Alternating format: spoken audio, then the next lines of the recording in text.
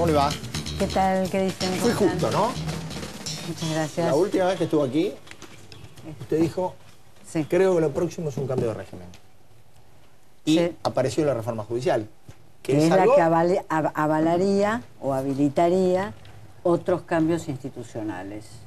Por ejemplo, la reforma de la Constitución. O la reelección sin reforma. Sí, yo creo que de todas maneras tuvieron un problema ellos. No son buenos tiempistas.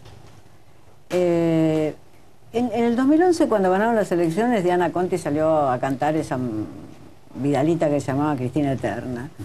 Un cuadro desprestigiado, un cuadro eficiente, pero desprestigiado, sin ningún peso en la sociedad. No sirvió para nada, sino para crear reacciones y respuestas. Para avisar. Sí, pero esa no era la vía. En realidad, si ellos estaban pensando en Cristina Eterna, y Cristina misma piensa en su propia eternidad, en la ola de la victoria electoral es donde deberían haber largado esto. Pero bueno, me parece que no fueron buenos tiempistas y ahora se les está cortando el tiempo, en el sentido de que necesitan que la Corte Suprema falle como constitucional estos cambios en el Consejo de la Magistratura, que parece ser muy difícil. No por nada Zaffaroni se fue a dar clase a Italia. Pero digo, el juez Zaffaroni no es de rehuir compromisos. Tendría, digamos, pautado esto. Sin duda, pero en un antes. momento tan importante, yo también he dado muchas veces que las clases No me fuera, cabe, no. y en los momentos muy importantes uno puede No, decir, suspende. lo vamos a pasar el mes que viene o al otro. Quiero decir, no estoy prejuzgando ni siquiera sobre la opinión de Zaffaroni, estoy diciendo que las personas muy prestigiosas, como es el caso de Zaffaroni, tienen que cuidar su prestigio aún después que se declare la eternidad de la presidenta. ¿O no? Y este caos aparente o caos por incomprensión de uno en esta sucesión de hechos tan fuertes de estos días, ¿cómo se organizan en alguna idea, en alguna lógica? ¿Qué estaría significando también, ¿no? El blanqueo. Si es que significan algo. Ojalá se organizaran.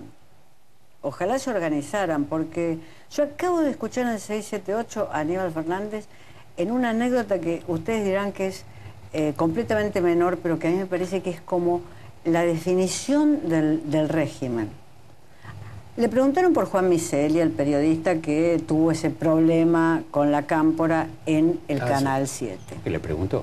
¿Problema? Porque preguntó. Porque ¿no? preguntó, bueno, un desfachatado. Entonces le preguntaron, y Fernández dijo, no, si yo lo nombré a Miseli en Canal 7. Para empezar, el jefe de gabinete estaba nombrando a un periodista de noticiero en el canal público. Debo decirle que fue sincero. Sí. Fue sincero, pero el fin de la anécdota fue mucho más significativo. Dice, a mí me lo sugirieron, me pareció bien, la consulté a la presidenta y la presidenta dijo que sí. En cuanto a la idea de la concentración en una sola persona de todas las decisiones, me pareció verdaderamente un ejemplo increíble. Es decir, un ejemplo que marca la extraordinaria capacidad de trabajo de la presidenta, que se puede ocupar de decidir cómo va a ser un locutor o un periodista de noticiero en el canal público, y también la concentración de todas las decisiones en una pirámide, que termina en el arquitecto egipcio, termina en el faraón, digamos, termina realmente en un arquitecto egipcio. O sea que nosotros desconocemos el arcano del desorden que estamos viendo. Deberíamos conocer el pensamiento más profundo de la presidenta, porque quizás ella podría explicarnos que no es desordenado. Quizás nos podría explicar cada una de estas medidas, a lo mejor sí, a lo mejor no. No lo hizo hoy.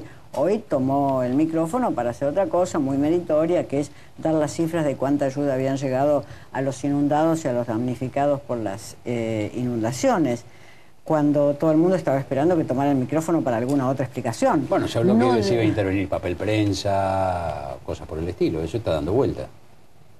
Lo digo yo. Eso es lo que está dando vuelta y lo que se esperaba del mensaje de la presidenta. La presidenta no lo va a decir. Va a mandar a alguno de los 5 ministros de Economía que revistan en ese gabinete, alguno de las 5 celebrities de ahí. Ahora, la impresión que tiene usted, más allá de la que tenga la presidenta, es que en efecto se trata de ideas organizadas o se tratan de improvisaciones. Pregunto, este ciclo pequeño del verano para acá, empezó con el pacto con Irán. ¿Qué pasa con el... Digo, todos sabemos qué pasa con el pacto con Irán, no pasa nada. Ahora yo pregunto, ¿cuál es la lógica de esas decisiones con actitudes compulsivas de hacer el acuerdo, ir al Parlamento, tratarlo, votarlo contra viento y marea? Digo, ¿cuál es la lógica? ¿Cuál es el orden? ¿Qué hay detrás de eso? Van der Kooi, la pregunta a mí me supera, es la lógica del berrinche. Esa votación del pacto con Irán fue hecho bajo la presión de que la presidenta dijo me lo votan ya y entraba en el berrinche. Y algunas de las medidas que se tomaron desde ese momento respondieron a esa lógica del capricho y del berrinche. Porque Irán no lo ha votado, no sabemos cuándo lo va a votar. Hoy se dijo que ni siquiera tienen fecha para empezarlo a tratar. Y porque además Irán no está muy preocupado de la cuestión. Está claro que era algo que estaba siendo jugado para la platea local, estaba siendo jugado en las canchas locales, eso, porque Irán no importa nada de eso, no va a entregar a nadie, no va a haber ninguna organización internacional que pueda presionarlo para que entregue a nadie, porque además los que debería entregar son funcionarios o políticos muy destacados. Bueno, no sé cuando se retire Ahmadinejad si el que viene va a entregar a alguien, lo dudo. Entonces Irán no tiene ningún interés. Ahora, ¿por qué? Por la lógica del capricho, que es seguida con la amenaza del berrinche, porque esta es la secuencia, capricho y berrinche.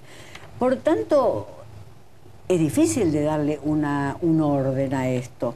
Sí se puede decir que se han cometido en el nivel simbólico algunas torpezas. Después de la semana donde todo el mundo habló de valijas que iban y venían, y ya la de Antonini Wilson prácticamente era un bolsito de mano. Monedero. Pero sí, eso era... Volvamos a la época de Antonini Wilson, uno decía, ahí no pasaba nada.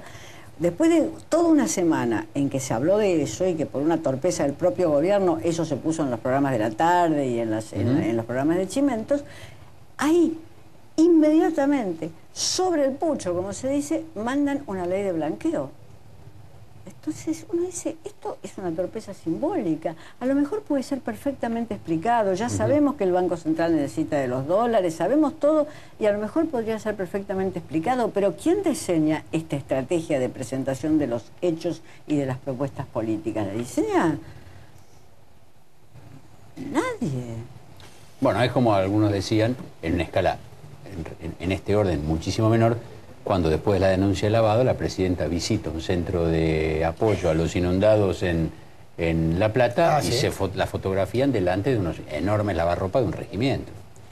Pero quizá lo simbólico ya no les interese tanto al gobierno, a la presidenta y a su gente, ¿o sí? Siempre han sido muy sensibles a eso, o sea que uno debería decir que es extraño, cuando no decadente, que hayan abandonado la sensibilidad que tenían para constituir símbolos. Justamente ellos pudieron reemplazar exitosamente los símbolos históricos del peronismo porque constituían nuevos símbolos. Tenían a Néstor, al Eternauta, tenían una productividad simbólica de símbolos, de metáforas, de imágenes, de historietas, de camisetas, tenían una productividad simbólica extraordinaria. Entonces uno dice, es un signo de decadencia política, que quienes la tenían la vayan perdiendo.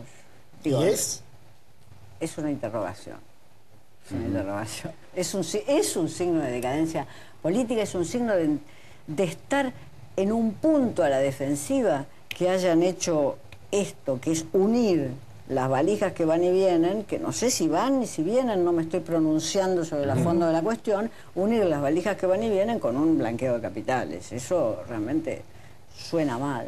No se podía esperar 15 días, 20 días, inventar otro pequeño corso para distraer y luego ir al blanqueo de capitales, por más apurados que estuvieran el Banco Central. Es que hacerlo para distraer, los corsos ya no son pequeños, tiene que ser grande, porque ya hay tanto para distraer a veces que con un corsito de barrio no alcanza. Hay que hacer un corso grande en la Avenida de Mayo y eso quizás sea este. Pero ¿a quién le simpatiza, por otra parte, en un momento donde la presidenta, según las encuestas de opinión pública, ha bajado en su consideración y se la desaprueba muchísimo más que en el 2012 y muchísimo más que en el 2011, ¿A quién le simpatiza la medida de blanqueo de capitales? No son tantas las personas que van a venir a blanquear, no representan tantos votos ni tanta opinión pública. Es más, son opiniones vergonzantes, no podrían salir a decir, mira, yo la voy a votar a Cristina porque puso el blanqueo de capitales. Ese discurso no se puede tener, son como los votos menemistas del 95.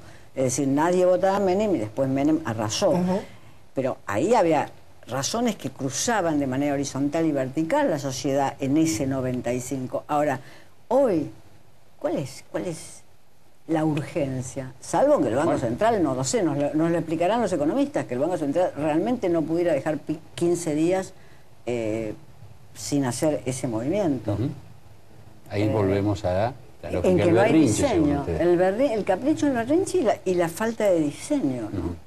Es decir, falta de estrategia. A largo plazo yo creo que no hay estrategia política.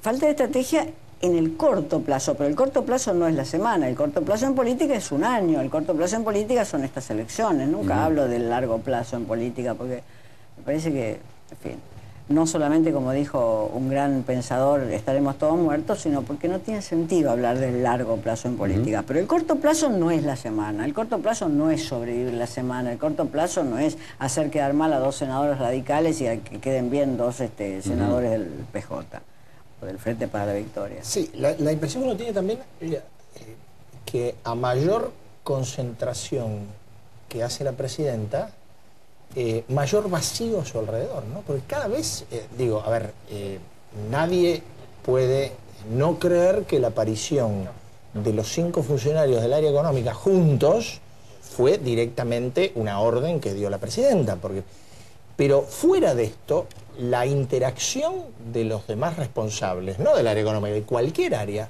es inexistente, digo. De ahí, cuando usted dice, bueno, quizá esto no tenga una estrategia a mediano o largo plazo y quizás obedezca la lógica del berrinche. No sé, que la presidenta está sola es evidente, que ella se coloca en esa cúspide es evidente. Hay un personaje sobre el cual todos tenemos hipótesis, pero que conocemos muy poco, que es Zanini. Todos tenemos hipótesis, sabemos muy bien de dónde viene y si fue maoísta y si no fue maoísta. Yo muchas veces que he sido maoísta me pongo a ver cómo estará pensando Zanini esta cuestión, porque conozco esa cabeza desde adentro, en la cabeza maoísta, quiero decir. Pero para todos, para los periodistas mejor informados y para la gente del común, Zanini es un misterio. Es decir, Moreno no es un misterio, Kicillof no es un misterio, la gente podrá entender más o menos sus medidas, pero no son misteriosos. Y además los presenta de a 5, es decir, son como las delanteras de antes en el fútbol, son 5, es decir, los presenta de a 5. Es decir, que nadie tiene poder ahí, no se sabe si Moreno le va a decir a Kicillof callate. Y un poco le dice, Moreno un poquito lo y en el papel fáctico Moreno parece el jefe de todo. El jefe de todos. Pero te dice que los 5 los pone en el mismo plano. Claro, no decide tener un Ministerio de Economía que tenga un peso y que saque la discusión económica del día a día. Hay una cosa que me decía alguien que vive en otro país de América Latina, en Brasil, para mencionarlo, es que no se discute la economía de la manera cotidiana, hora a hora y minuto a minuto, como la estamos discutiendo en la Argentina. Y eso cualquiera que lee los diarios brasileños por internet lo ve. Es decir, yo leo prensa brasileña y uno lo ve. O sea que no hay un ministro que pueda tranquilizar y pronunciarse, digamos, una vez por semana, que ya es mucho, una vez cada 15 días, pronunciar los lineamientos y seguir.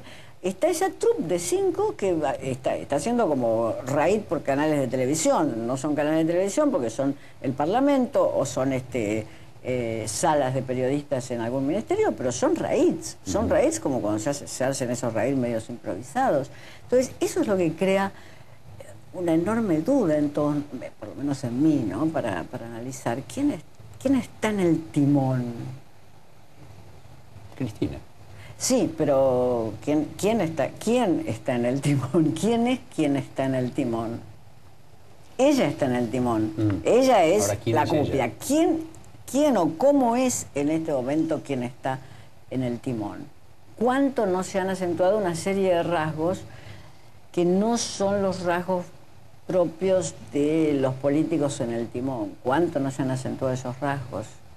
La seguridad de un político es fundamental. Ahora, el autocentramiento de un político es un defecto fundamental. Un político tiene que ser seguro. Una vez que ha tomado una determinación, tiene que avanzar. Una vez que ha tomado una determinación, la ha discutido, tiene que avanzar con ella. Ahora, el autocentramiento de un político es un defecto fundamental, porque es no reconocer aquello que está más allá de su determinación. Entonces, ¿quién es esa mujer, esa presidenta elegida con una gran mayoría que está en el timón? Nos vamos con la pregunta. Nosotros esperamos toda respuesta. La próxima la contesta. Gracias. Gracias, Arlo, muy amable. Mientras vamos a encontrarnos con Lucas Liach, creo que vemos 30 segundos, 45 segundos de la troupe hoy en el Congreso. Ah, la troupe, claro.